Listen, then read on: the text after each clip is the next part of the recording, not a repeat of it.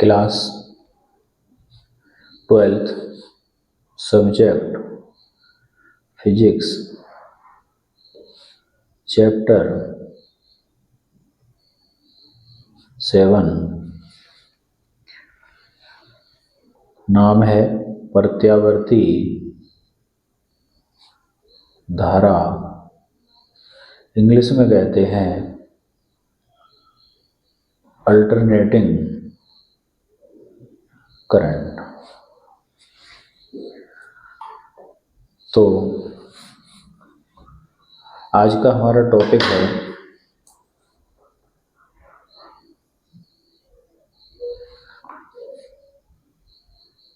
प्रत्यावर्ती धारा जनित्र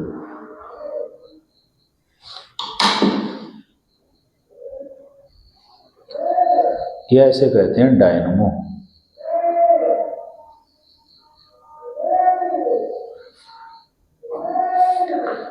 इंग्लिश इसकी हो जाएगी, इसकी इंग्लिश हो जाएगी अल्टरनेटिंग करंट जनरेटर या डायनमो। इसका पहले डायग्राम बनाते हैं। इसमें दो पावरफुल मैग्नेट होती हैं और मैग्नेट जो होती हैं वो नाल चुंबक होती है। इस शेप में नाल चुंबक रखने का मेन उद्देश्य होता है कि आर्मेचर जो इसके बीच में कॉइल होती है उस पर मैग्नेटिक फील्ड लाइंस हमेशा परपेंडिकुलर गिरें। जब चुंबकीय बल रेखाएं आर्मेचर पर परपेंडिकुलर गिरेंगी तो कुंडली पर मैक्सिमम बल आघूर्ण लगेगा। मैक्सिमम बल आघूर्ण लगेगा तो जो पावर मिलेगी उसे अधिकतम मिलेगी और ज़्यादा शक्ति को प्रदर्शन करेगी। इसके बाद ये एन पोल है, ये एस पोल है और इसके बीच में ये कोई आयताकार आर्मेचर है, कुंडली है। देखे होंगे हमने बिजली मोटर के काम करने वाले, डायनमो के काम करने वाले, उनके हम मोटर बनते देखी होगी। ये आर्मेचर में से दो तांबे के तार निकले हैं। इनमें एक तांबे के तार का एक तांबे के ही एक जो रिंग होता है जिसे बलय कहते हैं उससे संपर्क कर दिया गया और दूसरा तांबे का तार है, इसका संपर्क दूसरे तांबे के बलय से कर दिया गया।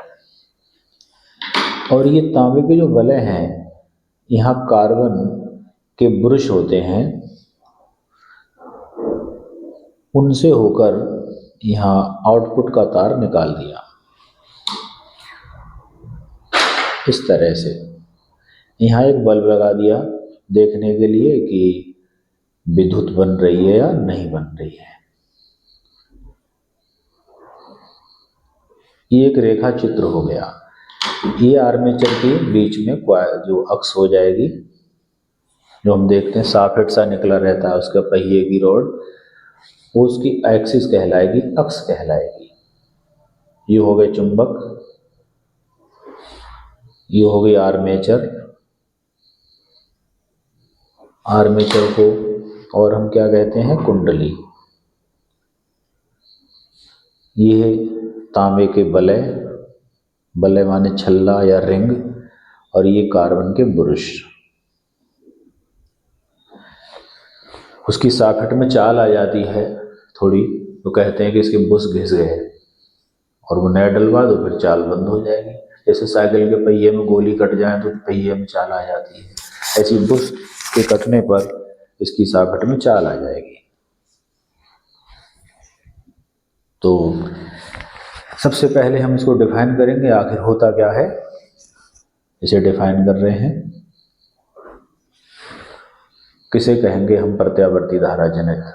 तो इसमें है क्या, इसको अगर घुमाया जाए तो ये विद्युत का निर्माण करने लगेगा, इसमें बिजली बनने लगेगी, बल्ब जलने लगेगा। तो इसका काम है कि इसे घुमाया जाए तो हम क्या करेंगे, मैकेनिकल वर्क और ये क्या बना रहा है, विद्युत, इलेक्ट्रिकल एनर्जी। तो ये ऐसी डिवाइस है, ऐसी कोई मशीन है जो कार्य को विद्युत ऊर्जा में बदल रहा है। इसी डिवाइस को कहते हैं प्रत्यावर्ती धारा जनित्र।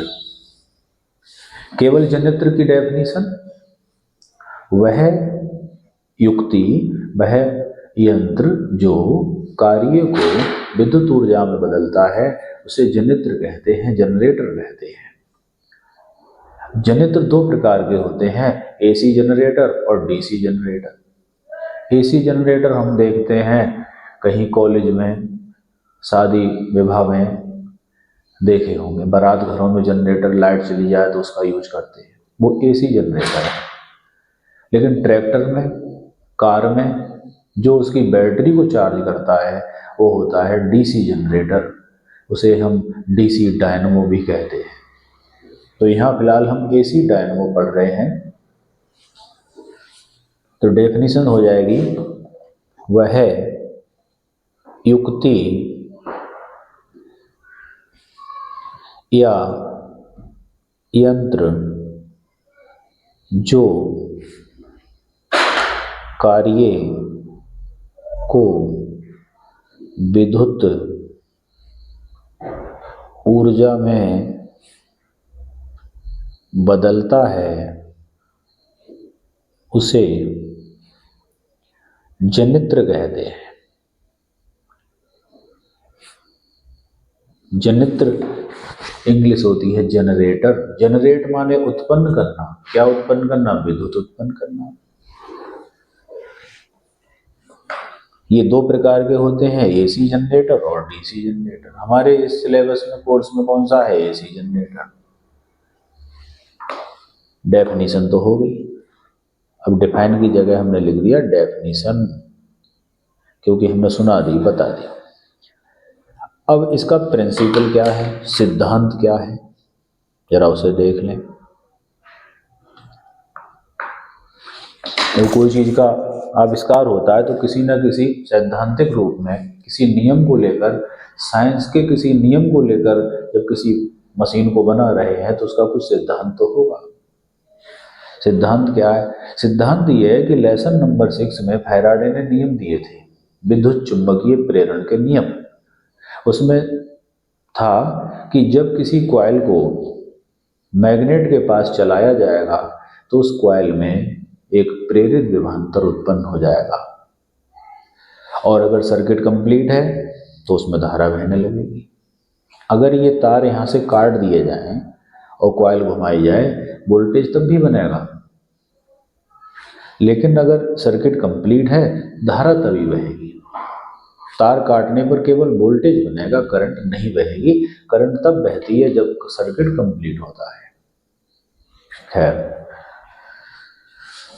मोबाइल के चार्जर को अगर हम स्विच बोर्ड में लगा दें तो उसकी जो पिन बाहर निकली रहती है वो उसका सर्किट कंप्लीट नहीं है। उसमें मोबाइल लगाएंगे, सर्किट कंप्लीट होगा, धारा बहेगी। ऐसे लगा रहेगा तो उसमें करंट नहीं बहेगी, उसके दोनों पॉइंट खुले रहेंगे। मोबाइल लगाने में यहाँ जुड़ जाएंगे, सर्किट कंप्लीट हो जाएगा, धारा बहने लगेगी। तो धारा के लिए बंद पथ की आवश्यकता होती है। तो इसका सिद्धांत सॉलिड जवाब में ये है, यंत्र विद्युत चुंबकीय प्रेरण के सिद्धांत पर कार्य करता है।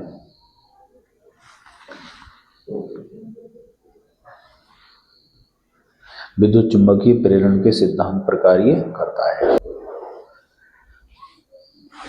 सिद्धांत के बाद इसकी रचना, तो रचना रटी नहीं जाती है। डायग्राम हमें आता है बनाना तो हम डायग्राम में देखकर ही रचना इसकी लिख देंगे। मुख्य बात है इसकी डेफिनेशन, डिफाइन कैसे करें।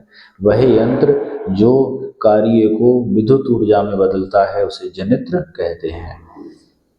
फिर सिद्धांत, यह यंत्र विद्युत चुंबकीय प्रेरण के सिद्धांत पर कार्य करता है। चाहें तो इसमें यह भी लिख सकते हैं कि विद्युत चुंबकीय प्रेरण होता क्या है, उसके बारे में 2 लाइनें डाल सकते हैं कि जब कोई कुंडली चुंबकीय क्षेत्र के बीच में घूमती है तो उसके सिरों के बीच या उसमें प्रेरित विभवांतर उत्पन्न हो जाता है। रचना में जो दिख रहा है उसके बारे में लिखेंगे। तो सबसे पहले हमें चुंबक दिख रही हैं, तो पहला पार्ट इसका क्या है, चुंबक। इसमें 2 शक्तिशाली चुंबक होती हैं जो कि नाल चुंबक के रूप की होती हैं। नाल चुंबक के रूप में इसलिए रखी जाती हैं जिससे कि इस कुंडली पर चुंबकीय क्षेत्र लंबवत गिरे। लंबवत गिरेगा तो जो फॉर्मूला होता है tau equal to mb sin theta, जब लंबवत गिरेगा तो sin 90 हो जाएगा और इस कुंडली पर अधिकतम बल आघूर्ण लगेगा, पूरी पावर से बल आघूर्ण लगेगा, जिससे विद्युत का उत्पादन अधिक होगा। तो इसमें 2 शक्तिशाली नाल चुंबक होती हैं जिनके बीच में आर्मेचर घूमती है। चुंबक के बाद आर्मेचर, तांबे के तार की आर्मेचर का नाम होगा। पॉइंट यहां डाल दे रहे हैं। नंबर 2,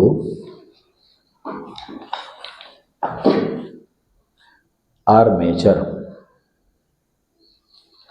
या कह सकते हैं कुंडली। इसमें तांबे के तार की एक आर्मेचर होती है जो 2 चुंबकों के बीच में घूमती है। और तीसरा पार्ट है, ये जो बलें हैं ये कॉपर के होते हैं, तांबे के तार के छल्ले।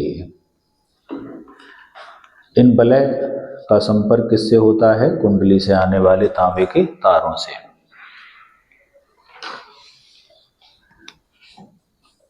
तो 3 नंबर पे है बलें या कहते हैं छल्ले।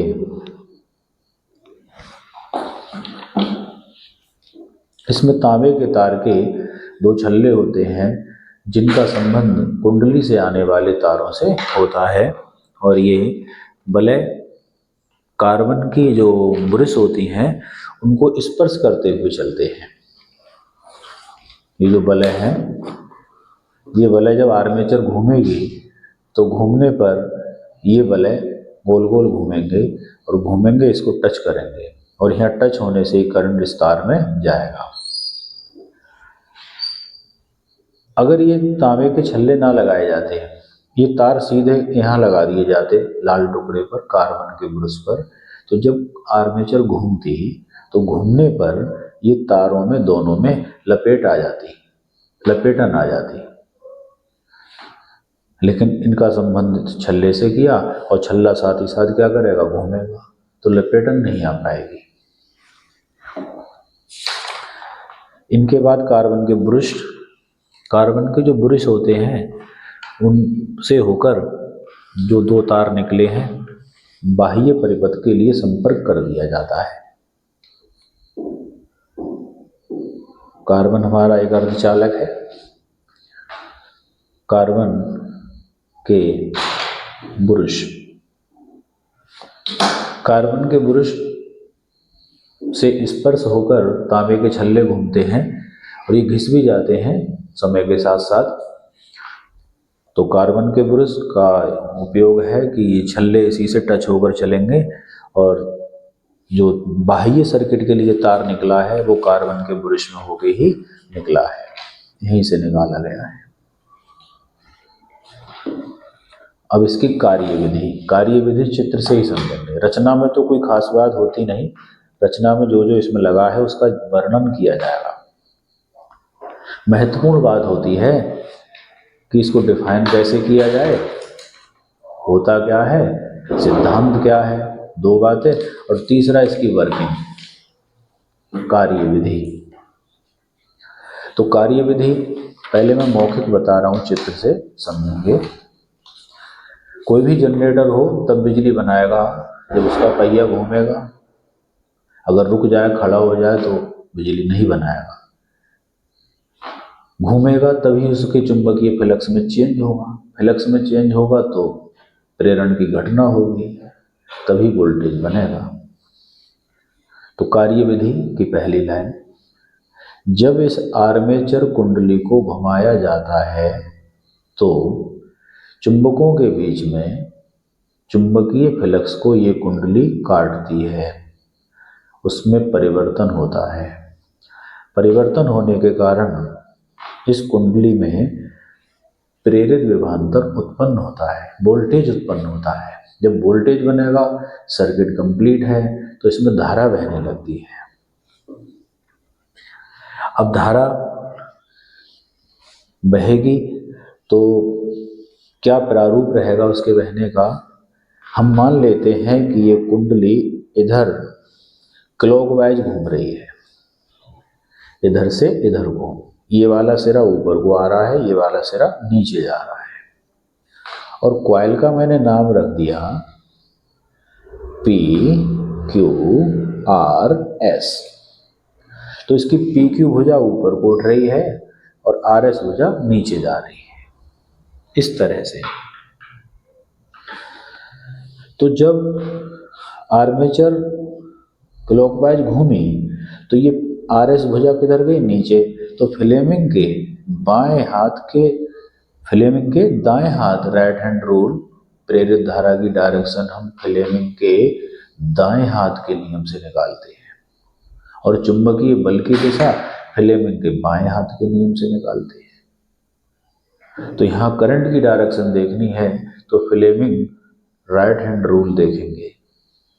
जब आर्मेचर क्लॉकवाइज घूमी, ये वाला सिरा ऊपर आया और ये वाला सिरा पहले बराबर थे, लाल सिरा ऊपर आया, नीला नीचे गया। तो फ्लेमिंग के दाएं हाथ के नियम से इसमें करंट इधर को आकर ये निकलती है, बाहर निकलती है। बुरुश के नाम दे दिए X और Y। तो Y सिरे से बाहर निकलती है इस छल्ले से। जब यहाँ आधा चक्कर हो जाएगा, अगले आधे चक्कर में ये वाला तार इस छल्ले से संपर्क होकर घूमेगा। उस आधे चक्कर में धारा, ये सिरा घूम के यहाँ आ गया, ये वाला सिरा घूम के इधर आ गया। अगले आधे चक्कर में धारा X सिरे से निकलती है। तो धारा की दो आधे चक्कर के बाद डायरेक्शन चेंज होगी। दोबारा सुने, इस कॉइल के जब क्लॉकवाइज घूमेगी, ये वाला के ऊपर आएगा, ये वाला सिरा नीचे जाएगा, तो फ्लेमिंग के दाएं हाथ के नियम से इसमें करंट इधर को आ रही है, और ये चक्कर जब घूम के आधे चक्कर में अगला आधा चक्कर गया तो करंट इसमें इधर को आएगी। तो आधे चक्कर पर करंट की डायरेक्शन बदलेगी। आधे चक्कर में करंट Y से निकलेगी, आधे चक्कर में करंट X रे से निकलेगी। तो डायरेक्शन बदल रही है धारा की बार बार, इसलिए ये प्रत्यावर्ती धारा होगी। ये इसकी वर्किंग है। वर्किंग लास्ट सेंटेंस में एक बार फिर, आर्मेचर को क्लॉकवाइज घुमाने पर आधे चक्कर में RS वाली भुजा से धारा Y सिरे से निकलेगी और अगले आधे चक्कर में धारा X सिरे से निकलेगी, फ्लेमिंग के दाएं हाथ के नियम के अनुसार। चूंकि दोनों आधे चक्करों में धारा की दिशा बदल रही है, आधे चक्कर में Y सिरे से निकल रही है, आधे में X से, विपरीत दिशाएं हो रही हैं, इसलिए ये धारा प्रत्यावर्ती धारा होगी। यही चित्र अगर DC जनित्र का बनाया जाए तो वो दोनों तार एक ही वलय में होकर निकलते हैं, एक ही वलय को टच करते हैं, तो उसमें पूरे चक्कर में धारा एक ही डायरेक्शन में निकलती है, इसलिए वो DC करंट होती है, दिष्ट धारा होती है। तो जब हम इसकी कार्यविधि लिखेंगे कि जब आर्मेचर को घुमाया जाता है तो इंजन के द्वारा या किसी विभिन्न माध्यम के द्वारा जो बिजली बांध डैम्पर बनाते हैं, वहाँ जल के द्वारा डायनमो को घुमाया जाता है। पवन चक्कियों में हवा के द्वारा डायनमो को घुमाया जाता है। तो अलग अलग विभिन्न माध्यमों से जब डायनमो को घुमाया जाएगा तो आर्मेचर चुंबकों के बीच में घूमेगी, तो उसके फ्लक्स में परिवर्तन होगा। और क्रिया विधि में हम कार्य विधि में ये फॉर्मूला जरूर लिखेंगे फैराडे के द्वितीय नियम का, minus delta phi minus N delta phi upon delta T, जहाँ एन आर्मेचर में लगाए गए फेरों की संख्या है और डेल्टा फाई मैग्नेटिक फ्लक्स में चेंज है। तो इस फॉर्मूले से देख रहे हैं चुंबकीय फ्लक्स के लिए यहाँ बी भी लगा देते हैं, मैग्नेटिक फ्लक्स के लिए इस फॉर्मूले से देख रहे हैं कि फ्लक्स में चेंज जितनी जल्दी होगा उतना ही वोल्टेज ज़्यादा बनेगा। तो उस पहिए के राउंड जितने ज़्यादा लगाए जाएंगे वोल्टेज उतना अधिक बनेगा। दूसरी बात, आर्मेचर में जितने अधिक फेरे होंगे वोल्टेज उतना अधिक बनेगा। तो जितने फेरे ज़्यादा होंगे डायनमो उतना ही पावरफुल होगा, ज़्यादा वोल्टेज बनाएगा। तो ये इसकी कार्यविधि थी। नेक्स्ट कार्य हम फिर करेंगे। धन्यवाद।